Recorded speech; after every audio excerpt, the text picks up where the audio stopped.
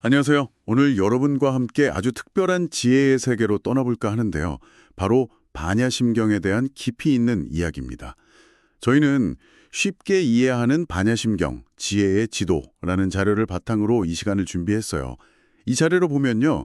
반야심경이 종교랑 상관없이 마음의 평화를 찾고 또 자신을 더 깊이 이해하고자 하는 모든 분들을 위한 궁극의 마음 사용 설명서라고 소개하고 있더라고요.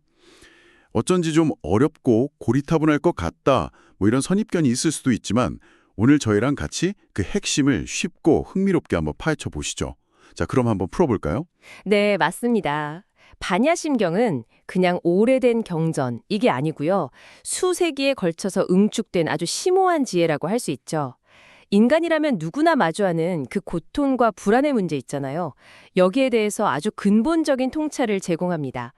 오늘 저희는 그 지혜가 어떻게 탄생했고 또 우리 삶에 어떤 의미를 던져주는지 그걸 좀 자세히 살펴보려고 합니다. 네, 그럼 본문으로 바로 들어가기 전에요.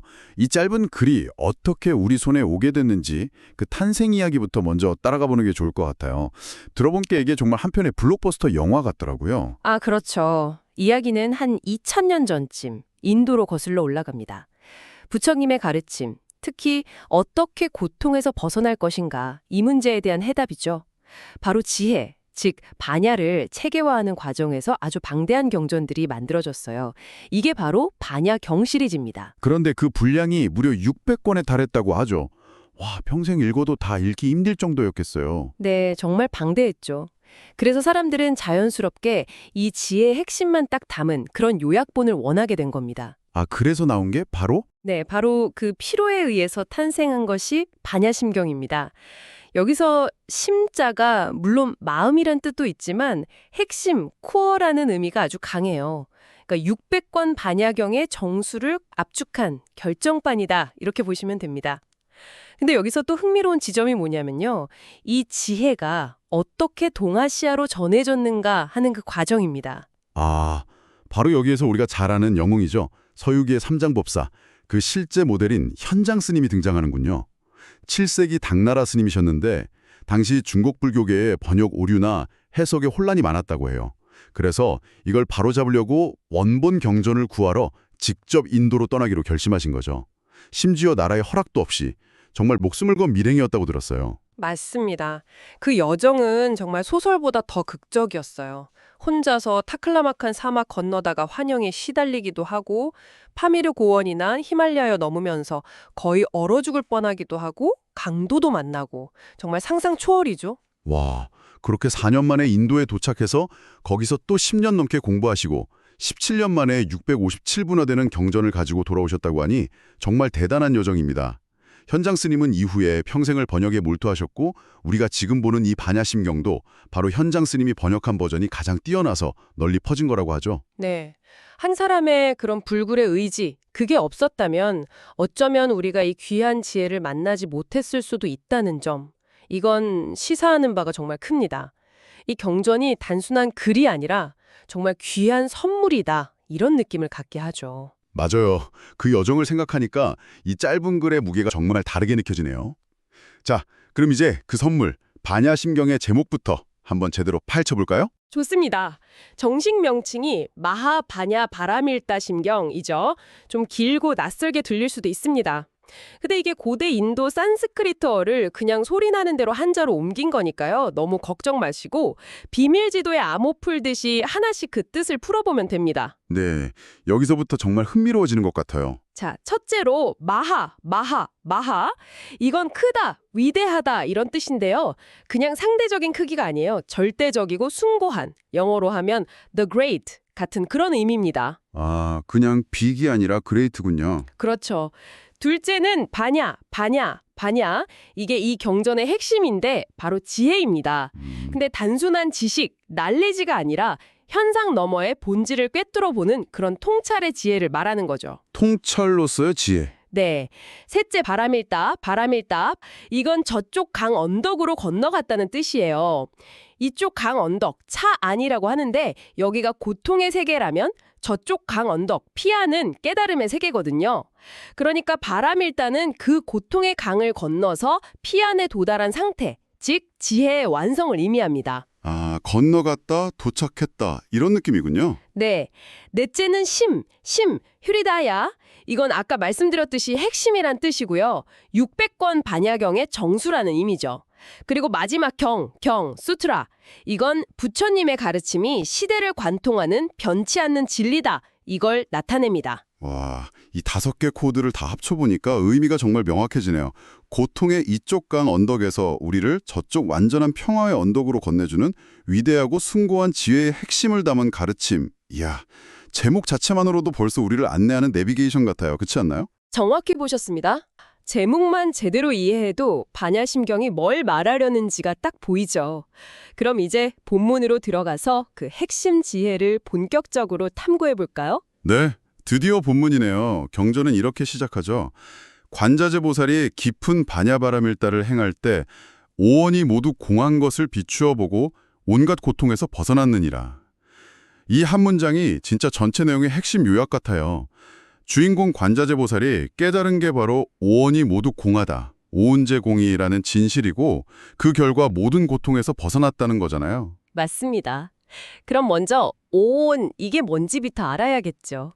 좀 어렵게 들릴 수도 있는데 이게 뭐냐면요. 바로 나라고 여기는 존재를 구성하는 5가지 요소의 묶음을 말합니다. 불교에서는 나라는 존재를 상당히 분석적으로 보거든요. 마치 컴퓨터 부품 나누듯이요. 아, 컴퓨터 부품처럼요? 흥미롭네요. 네. 첫째가 색. 이건 우리 육체, 물질적인 것에 말합니다. 컴퓨터로 치면 하드웨어 같은 거죠. 몸뚱이. 그렇죠. 둘째는 수. 이건 감각기관을 통해서 느끼는 거예요. 즐겁다, 괴롭다, 뭐 그냥 그렇다 이런 느낌들. 느낌. 셋째는 상, perception. 이건 어떤 대상을 인식하고 거기에 대해서 생각이나 이미지, 개념 같은 걸 떠올리는 작용이에요. 데이터를 인식하는 거죠. 아, 저건 꽃이구나 하고. 생각. 넷째는 행, formation. 이건 어떤 행동을 일으키려는 의지나 충동, 욕구 같은 겁니다.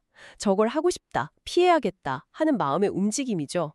의지나 의도라고 볼 수 있어요. 의지. 마지막 5째가 consciousness인데요.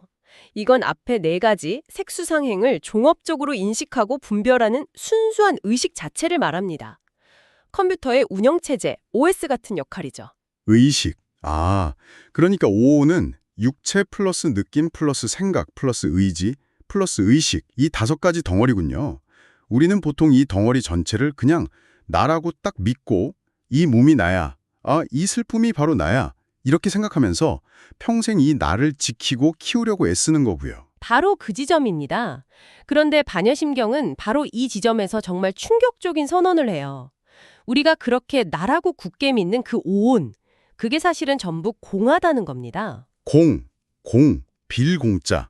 이게 반야심경의 심정 같은 단어인데 진짜 많은 오해를 낳는 부분이기도 한 것 같아요. 비어있다? 그럼 내 몸도 내 마음도 이 세상도 다 텅 비어서 아무 의미 없다는 허무주의인가? 이렇게 생각하기 딱 쉽잖아요. 네, 아주 중요한 지적이세요. 결론부터 말씀드리면 절대 그런 뜻이 아닙니다.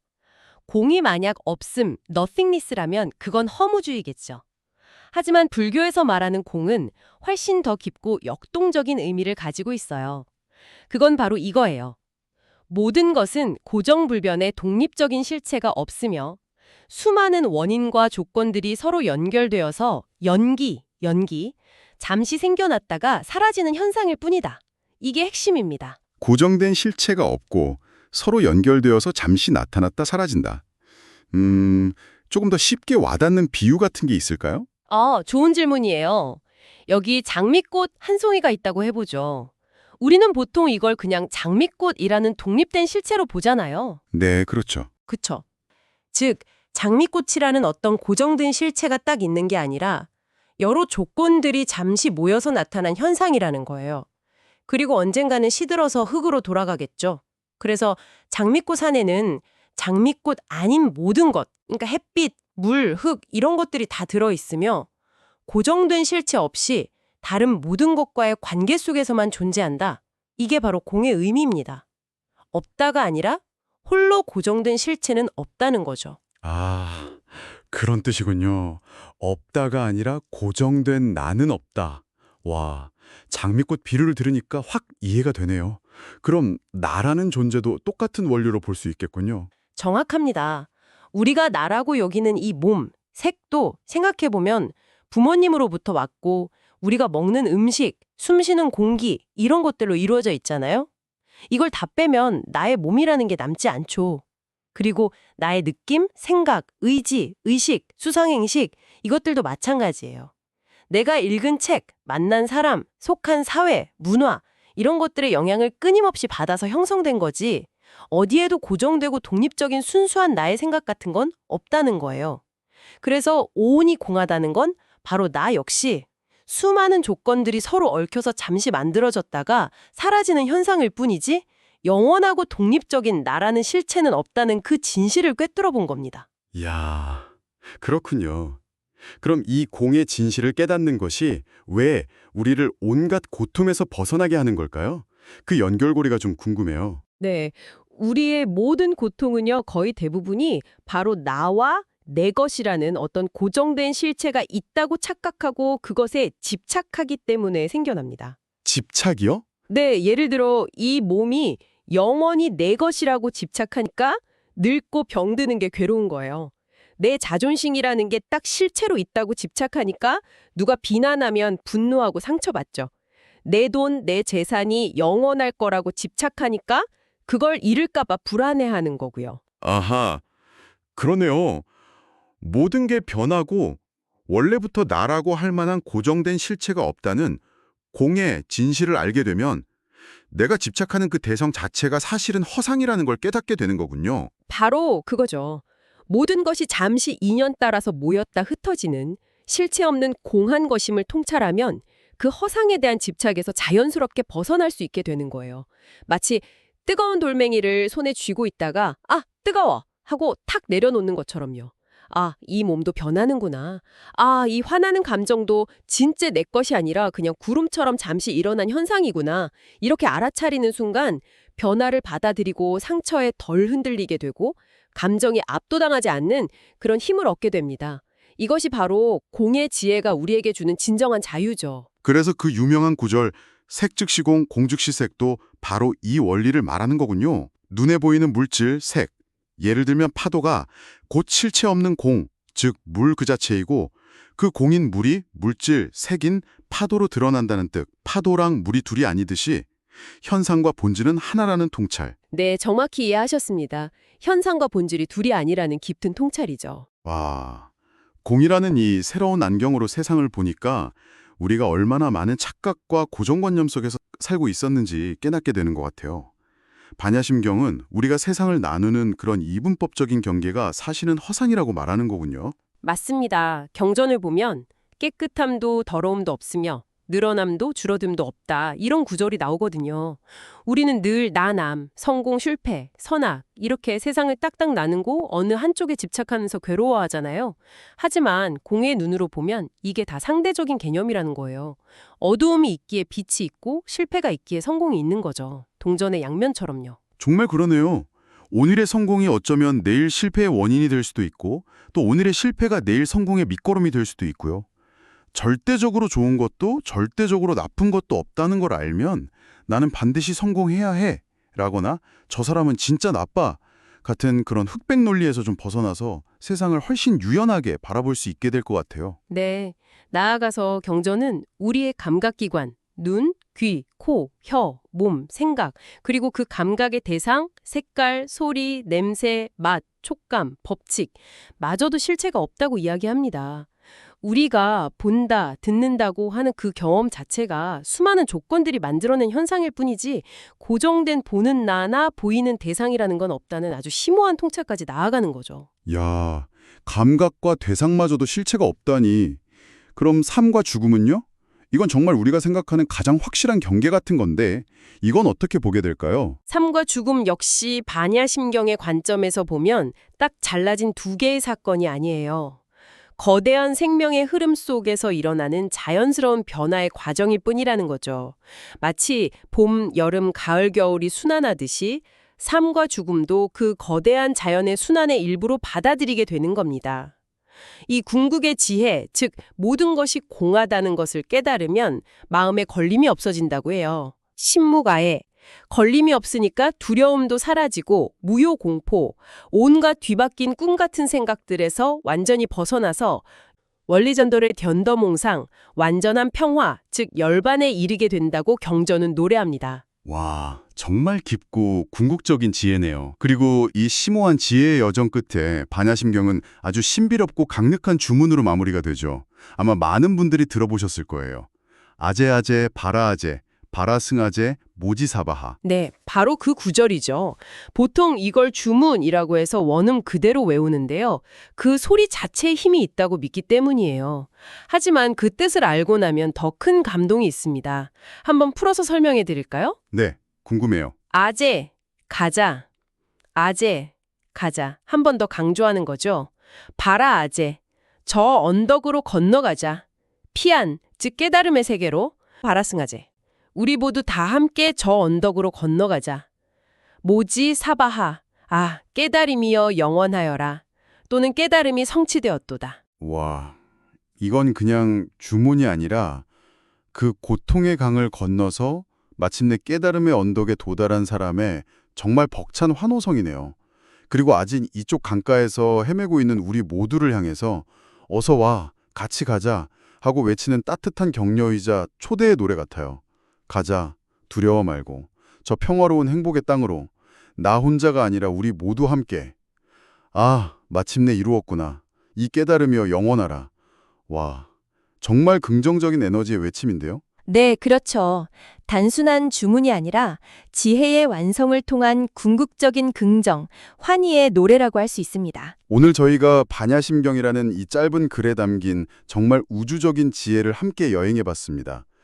핵심은 결국 명료한 것 같아요. 모든 고통은 변하는 것을 변치 않는다고, 실체 없는 것을 실체가 있다고 착각하는 데서 비롯되고, 특히 나라는 고정된 실체가 있다는 그 집착이 가장 큰 원인이라는 것. 여러분은 어떻게 들으셨나요? 네, 반야심경은 바로 그 착각에서 깨어나라고 말하는 겁니다. 모든 것은 서로 연결되어 있고 끊임없이 변화하는 파도와 같다는 그 진실, 그 실상을 보라고요. 그럴 때 우리는 비로소 집착에서 벗어나서 진정한 자유와 평화를 얻을 수 있다는 것이죠. 맞아요. 오늘 나눈 이 지혜가 당장 여러분의 모든 문제를 해결해 주지는 못하겠지만 그래도 일상에서 화나 불안, 슬픔 같은 감정이 확 밀려올 때 잠시 멈춰서 이 지혜를 한번 떠올려 보는 건 어떨까요? 아, 이 감정은 내 것이 아니지. 이건 영원한 나가 아니라 잠시 내 마음에 핀 구름 같은 거야. 이렇게요. 이렇게 감정을 나하고 똑같이 보지 않고 한 걸음 떨어져서 바라보는 것. 이것이 반야심경의 지혜를 우리 삶에서 실천하는 작은 시작이 아닐까 싶습니다. 네, 아주 좋은 방법입니다. 그렇게 자신의 감정이나 생각을 알아차리는 것만으로도 우리는 감정의 노예가 아니라 마음의 주인이 될 수 있는 첫걸음을 뗄 수 있습니다. 260자밖에 안 되는 이 짧은 글이 1500년이 넘는 시간 동안 수많은 사람들의 삶을 바꾸는 데는 다 이유가 있는 거겠죠. 그런데요, 마지막으로 한 가지 더 생각해 볼 만한 질문이 있습니다. 좀 더 깊이 들어가 보면 반야심경은 심지어 우리가 추구하는 이 위대한 지혜, 즉 반야바라밀다 그 자체마저도 궁극적으로는 고정된 실체가 없는 공한 것이라고 이야기하거든요. 만약 깨달음으로 가는 길이나 그 깨달음의 지혜마저도 결국 공하다면 그것은 과연 해탈의 본질, 그리고 우리가 그것을 추구하는 방식에 대해서 진정으로 무엇을 시사하는 걸까요? 한번 깊이 생각해 볼 만한 문제가 아닐까 싶습니다. 네. 오늘 저희와 함께한 이 깊이 있는 이야기가 여러분의 마음밭에 작은 지혜의 씨앗이 되어서요. 삶의 어떤 폭풍 후에도 흔들리지 않는 그런 평화로운 행복의 나무로 자라나길 진심으로 바랍니다. 귀 기울여 주셔서 정말 고맙습니다.